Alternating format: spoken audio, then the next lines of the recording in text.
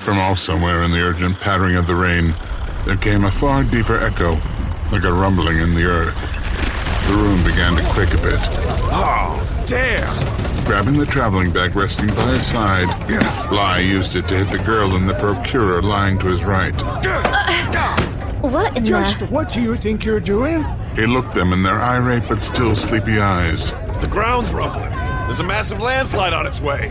And with that, he jumped down to the dirt floor ahead of them. As if from the force of his landing, the building then shook quite clearly. Exiting the hotel, Bly ran off toward a hill to the west he'd noticed before checking in. And behind him was the sound of voices and footfalls. At the very least, the other two from his room, plus another girl who'd been staying in the big room, had been saved. No matter what fate the future might hold for them, at the moment his heart was clearly carved with the words, "Where there's life, there's hope." Bly didn't invite them to join him. The rest would depend on the luck of each individual. Rain lashed him from head to toe. The wind was blowing in exactly from the west. Oh, that figures. First a landslide, then a downpour right in the face. Still, this is just kid stuff. All I need now is to be surrounded by an angry mob and some cannibals. Then I'll finally be ready to throw in the towel. After he'd run for about 3 minutes, 2 shadowy horses and their riders passed him on the right. Apparently, there'd been customers willing to take a private room at that old spook house of a hotel. On passing the man in the hall, Bly had gotten the impression he was a traveling warrior. The other one with him was probably his wife. Bly finally turned and looked back. He would have killed for an umbrella. All 5 of the other figures were using their arms to shield their faces and heads. Fortunately, most seemed to subscribe to the frontier traveler tradition of not changing into pajamas, and all either had their baggage on their back or in hand. What about the hotel staff? He squinted his eyes in that direction just as the lightning flashed once more, and by its light, he saw the rickety form of the 2-story building fold like a house of cards. At the same time, the ground beneath him rumbled and shook, and behind the figures who fell, one after another, something big and black that could have been either a wall or a wave was rolling right that way. Just a bit ahead of it, there towered a steep cliff.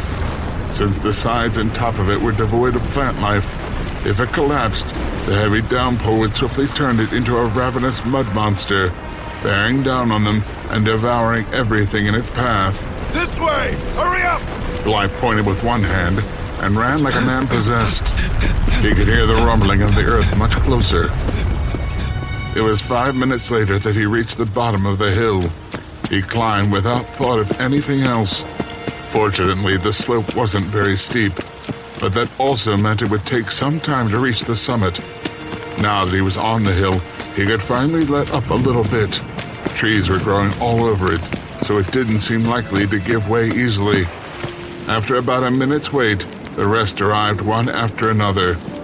There was a plump, oldish man in a jacket with a girl dressed in the inimitable fashion of a traveling country bumpkin, a strangely sexy middle-aged woman whose profession was evident at a glance, and a young couple who each appeared to be about 20 years old, give or take a year. He immediately knew the story behind the oldish man and the country girl, but he wasn't sure about the young couple.